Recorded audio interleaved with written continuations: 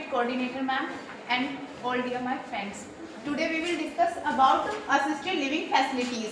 These are the facilities which are performed for the senior citizens. मतलब उन citizens के लिए किए जाते हैं, older peoples के लिए. आज भी हमारे समाज में ऐसे बहुत सारे घर हैं, ऐसे बहुत सारे लोग रहते हैं जो कि अपने बुजुर्गों को अपने घर में रखना नहीं चाहते हैं. तो क्या करते हैं, उनके लिए एनजीओ वगैरह या प्राइवेट सेक्टर्स भी क्या करते हैं, असिस्टेड लिविंग फैसिलिटीज ऑर्गेनाइज करते हैं, जिसके अंदर कुछ मनी लेके घर वालों से बुजुर्गों को उनको अपने पास रख लेते हैं. उनको हर तरीके से केयर प्रोवाइड करवाते हैं, मेडिकेशन के रिगार्डिंग या मतलब जो भी केयर उनको चाहिए वो सारी की सारी असिस्टेड लिविंग फैसिलिटी प्रोवाइड कराती है. इसमें क्या होता है, स्टाफिंग सिस्टम होता है जो कि सारी की सारी एक्टिविटीज एल्डर्स के लिए परफॉर्म करते हैं. अब डिस्कस करेंगे हम कंपोनेंट्स.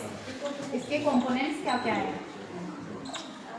तो अगर हम बुजुर्गों को सिर्फ असिस्टेड लिविंग फैसिलिटी में ऐसे रखेंगे तो वो क्या हो सकते हैं, बोर हो सकते हैं. तो उनके लिए अलग अलग तरीके की एक्टिविटीज भी वहाँ पर अरेंज की जाती है ताकि उनमें इंगेज हो सके, वो बोर ना हो सके और अपना लाइफ मतलब मेंटेन करके चल सकें.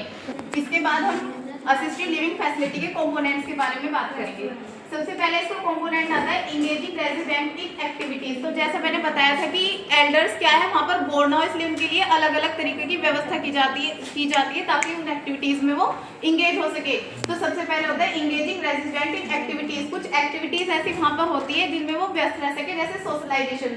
वहाँ पर एक बुजुर्ग तो रहता है नहीं, बहुत सारे होते हैं तो उनसे क्या हो जाता है, उन्हें कंपनी मिल जाती है. देन इसके बाद इंटेलेक्चुअल एक्टिविटीज. इंटेलेक्चुअल एक्टिविटीज में होता है कि कुछ ऐसे एक्टिविटीज जिनमें वो इंटरेस्टिंग हो, जैसे कुकिंग या फिर फार्मिंग, ये सब चीज करने के लिए उन्हें वहाँ पर व्यवस्था होती है. फिर उसके बाद में पर्सनलाइज्ड केयर, खुद की केयर खुद से कर सके. मतलब वैसे जो एबल नहीं होते हैं करने के लिए, उनकी तो बाथिंग वगैरह के लिए, मेडिकेशंस के लिए क्या होता है, वहाँ पर स्टाफ होता है. लेकिन जो बुजुर्ग अपनी केयर के लिए इंटरेस्टेड है वो खुद से अपनी केयर कर सकते हैं. फिर उसके बाद में सेफ्टी ऑफ द रेजिस्टेंट्स. मतलब वहाँ पर उनकी जो भी रह रहे हैं उनकी सेफ्टी का भी पूरा ध्यान रखा जाता है, क्योंकि बुजुर्गों में सेफ्टी की बहुत ज़्यादा नीड होती है. उनकी मेडिकेशंस वगैरह के लिए और फॉल प्रिवेंशन के लिए ये सारी केयर भी क्या होती है, असिस्टेड लिविंग फैसिलिटी में जो भी स्टाफ होता है वो प्रोवाइड कराता है. देन इसके बाद में न्यूट्रिशनल रेस्टोरेंट. वहाँ पर मील प्लानिंग की भी पूरी सुविधा होती है उनके लिए. अच्छे अच्छे खाने, मतलब उनकी पसंद के खाने, जैसे